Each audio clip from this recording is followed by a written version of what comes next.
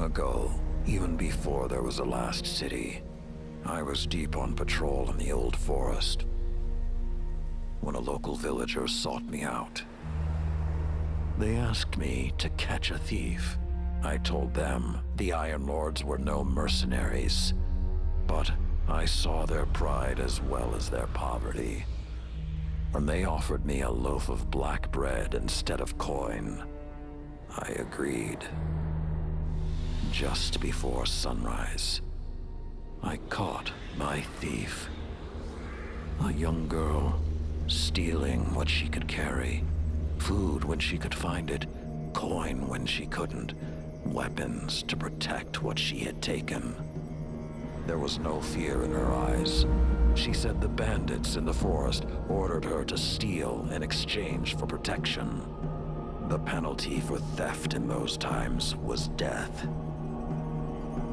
Instead, I pulled the crest from around my neck and pressed it into her hands. I told her the wolves would protect her.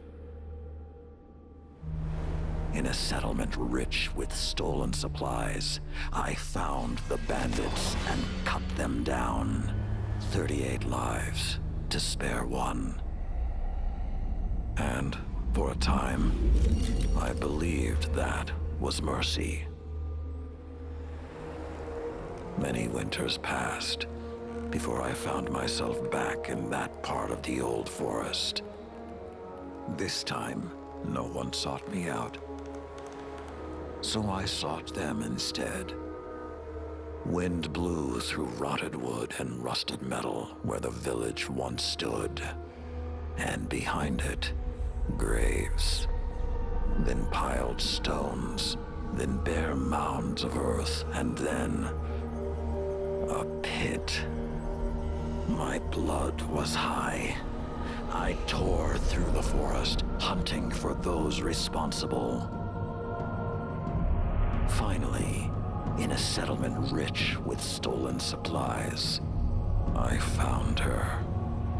A lightless woman with my crest around her neck. There was no fear in her eyes. She spoke plainly. When the villagers could no longer tithe, her wolves no longer protected them. She bled them dry, and when they had no more to give, she sent in her men, unleashed her wolves.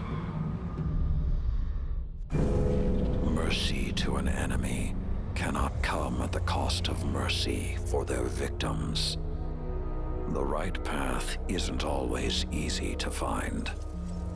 But once you do, the only question is whether you're strong enough to walk it.